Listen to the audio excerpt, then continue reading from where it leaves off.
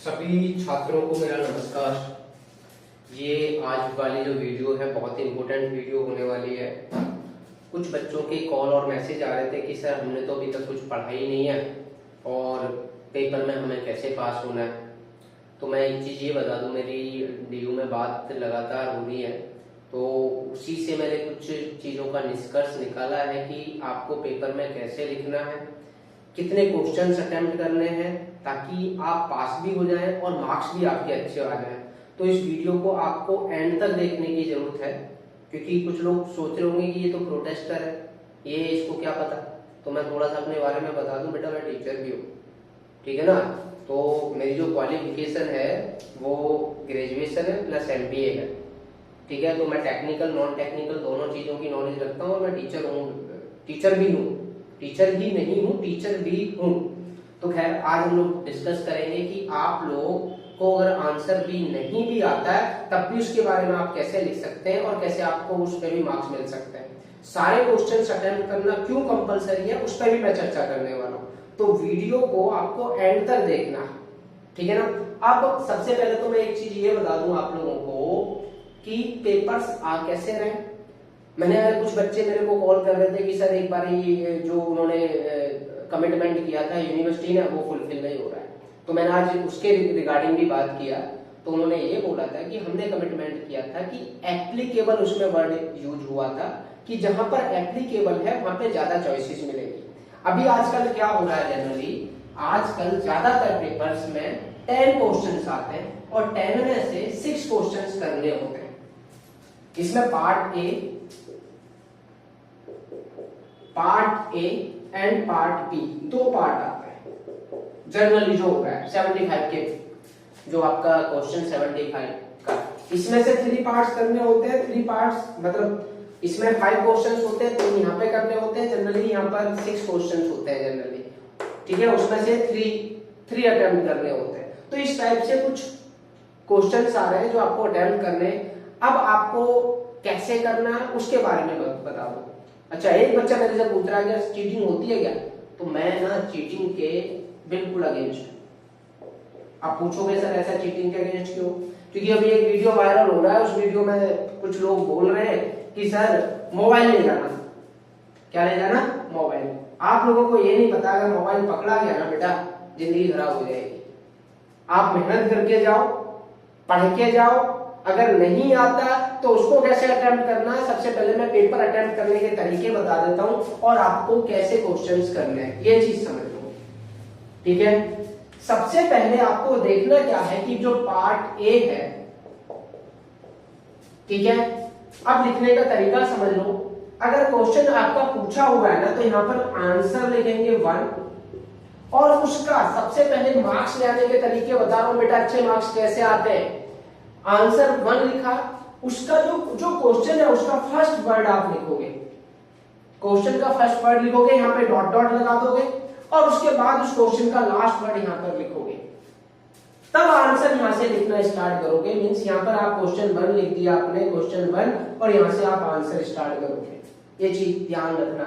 इससे क्या होता है, इससे फायदा ये होता है टीचर को ये समझ में आ जाता है, एग्जामिनर को ये समझ में आ जाता है कि हाँ ये आंसर इस वाले क्वेश्चन का है। कई बार उसको समझ में ही नहीं आता है कौन सा आंसर लिखा होगा, तो आप उस क्वेश्चन का आप सबसे पहले फर्स्ट वर्ड लिखेंगे और उसी क्वेश्चन का लास्ट वर्ड लिखेंगे सेम लाइन में डॉटेड करके, ताकि एग्जामिनर को ये समझ में आ जाए कि ये वाला क्वेश्चन है। उसके बाद यहाँ से आंसर आप लिखना स्टार्ट करेंगे, ठीक है।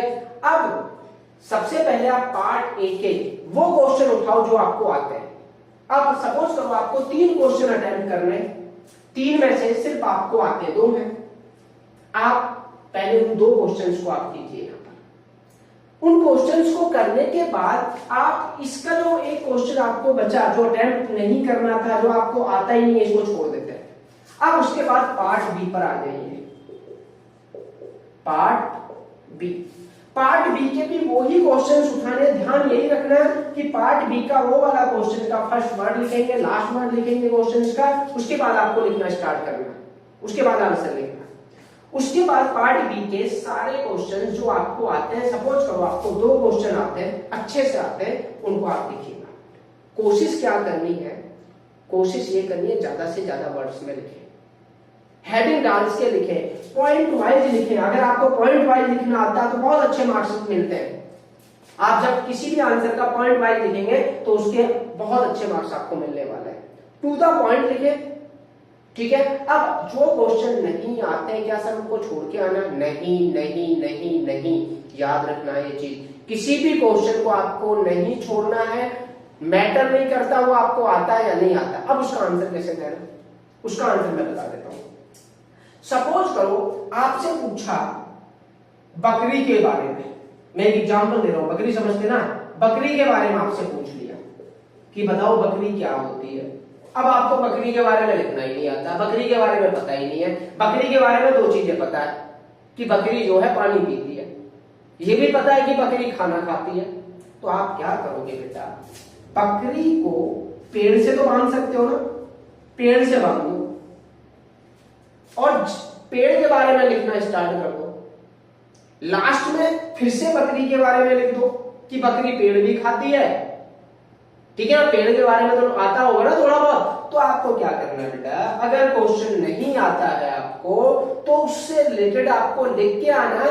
और एक चीज और बता दूं, मैं जब ग्रेजुएशन में था ना, मैं क्या करता था, अगर मेरे को एक वर्ड भी पता था ना आंसर का तो मैं उसको लिख देता था। In other word we can say that, other words में लिख दो उसी को फिर से कि ये होता है कि बकरी पानी ऐसे भी पी सकती है, बकरी पेड़ खाती है, पेड़ हरा होता है, पेड़ इस टाइम पे उगता है, ये नीम का पेड़ होता है। फिर से बकरी को बांध दो, बकरी नीम का पेड़ खाना पसंद नहीं करती क्योंकि ये कड़वा होता है। अरे भाई बहुत आसान है ग्रेजुएशन। और मैं एक चीज ये बताता हूँ, आपसे इंटेलिजेंट तो कोई है ही नहीं भाई, लेकिन आपको क्वेश्चन कोई भी छोड़ के नहीं आना है। अब मैं आपको खुल के नहीं बोल सकता हूं, अगर आपने अटेम्प्ट किया ना तो उसके भी मार्क्स आपको मिलने वाले हैं, ये मैं आपको बता रहा हूं। अगर आपने अटेम्प्ट ही नहीं किया और आप फेल हो रहे तो एग्जामिनर कहां से पास करेगा? तो आपको सारे क्वेश्चंस अटेम्प्ट करने हैं, जितने भी क्वेश्चंस हैं। पहले आपको वो क्वेश्चंस करने जो आते होंगे अच्छे से, उसके बाद आपको वो करने हैं जो नहीं आते हैं। और अगर कुछ भी नहीं आता है ना तो अटेम्प्ट तब भी करके आओ भैया, कुछ तो आता होगा। ऐसा तो नहीं है कि आप अगर ड्यू के अंदर पढ़ रहे हैं तो आपको कुछ नहीं आता होगा, कुछ तो आता होगा भाई, ठीक है। तो सारे क्वेश्चन आपको अटेम्प्ट करके आने। चीटिंग के लिए मैं किसी को नहीं बोलूंगा, चीटिंग से आप बचें, मोबाइल ना ले जाएं। जैसे अभी वीडियो वायरल हो रहा, मेरे पास तक भी आया था, कुछ लोग सजेस्ट कर रहे हैं मोबाइल ले जाना, ये कर लेना वो कर लेना। भाई नहीं नहीं नहीं नहीं नहीं, आपको सभी बच्चों को जो मैंने आपको तरीका बताया, पेपर कुछ के टफ आ रहे हैं, कुछ के आसान आ रहे हैं। अभी जैसे मैं देख भी रहा था, कुछ बच्चों ने मुझे फॉरवर्ड किए हुए हैं। और जो हमारा ग्रुप है ना दिल्ली यूनिवर्सिटी ट्रू अपडेट के नाम से टेलीग्राम पे, उसमें बच्चे आपको नोट्स भेज रहे हैं, उसको ज्वाइन कर लें अगर आपने ज्वाइन नहीं किया, ठीक है। दूसरा studentekta.com पर भी बहुत सारे नोट्स अपलोड कर दिए गए हैं, वहां से भी आप नोट्स ले सकते हैं। उसमें नीचे स्टडी मटेरियल का ऑप्शन है, उस पर क्लिक करेंगे, वहां सारे नोट्स मिल जाते हैं। और अगर आपको नोट्स तब भी नहीं मिल रहे तो मुझे कमेंट कर दें, मैं आपको नोट्स प्रोवाइड कर दूंगा। अभी दिल्ली यूनिवर्सिटी के बच्चों के लिए एक बहुत बड़ा हम लोग प्रोग्राम चलाने वाले हैं, वो मैं आपको बताऊंगा कि क्या प्रोग्राम है, ताकि सभी बच्चों की एक दूसरे की हेल्प हो। तो पेपर में कोई भी क्वेश्चन आपको नहीं छोड़ना, उसका बहुत बड़ा फायदा आपको मिलने वाला है। किसी बच्चे को कोई दिक्कत है तो डायरेक्ट मुझे कमेंट करें, कोऑर्डिनेट कर सकते हैं आप मुझे से, ठीक है ना। वो बच्चे दूर रहे जो उल्टे सीधे कमेंट करते हैं, क्योंकि मैं आपको बता दूं 17 बच्चों के नाम मैंने साइबर क्राइम में भी दे दिए, तो आप भी बच के रहना, ठीक है ना। मैं थोड़ा सा पागल आदमी हूँ, ये चीज समझ लेना। तो जो गालियां देते हैं उनके दे चुका हूं मैं ऑलरेडी। तो मैंने जो आपको पेपर बताया है, पेपर बहुत आसान है। और पेपर तो एक लाइफ की 1% चीज है भाई, ये पेपर बहुत बड़ी चीज है, आप कर सकते हो। आप 12th पास करके आए हो, आपके बहुत अच्छे मार्क्स हैं। तो यही चीज मैं आपको बोल रहा हूँ। तो जय हिंद जय भारत। आपको इस टाइप से पेपर सारा अटेम्प्ट करना है। अगर कुछ भी नहीं आता है उसके बारे में उसको कहीं और से पकड़ो, उल्टा पकड़ो, कांड पकड़ो, पूछा है जिसके बारे में उससे रिलेटेड कुछ भी लिखते रहो, लेकिन उसको पहले रिलेट भी कर देना है, उसके बाद आप लिखना स्टार्ट करो। और मैं तो क्या करता था, मैं अपने बारे में बताता हूँ। जो कॉपी होती थी ना हमारी 40 पेज की होती थी, मेरे को जितने क्वेश्चन अटेम्प्ट करने थे मैं पहले पेज गिन लेता था कि ये क्वेश्चन इतने पेज में करना, कॉपी पूरी भर के आता था, चाहे आता हो या नहीं आता। जब कॉपी आप भर के आओगे ना तो वो देखता है यार इसने बड़े पेज लिखे, उस पर मार्क्स देते रहते हैं एग्जामिनर, हाँ ये लो ये लो ये लो ये लो, ठीक है। तो आपको भी यही फॉलो करना है, ठीक है, जिनको नोट्स चाहिए studentekta.com को ज्वाइन कर लें, ग्रुप है उसको ज्वाइन कर लें। ग्रुप का नाम मैंने बता दिया, दिल्ली यूनिवर्सिटी ट्रू अपडेट। तो जय हिंद, जय भारत।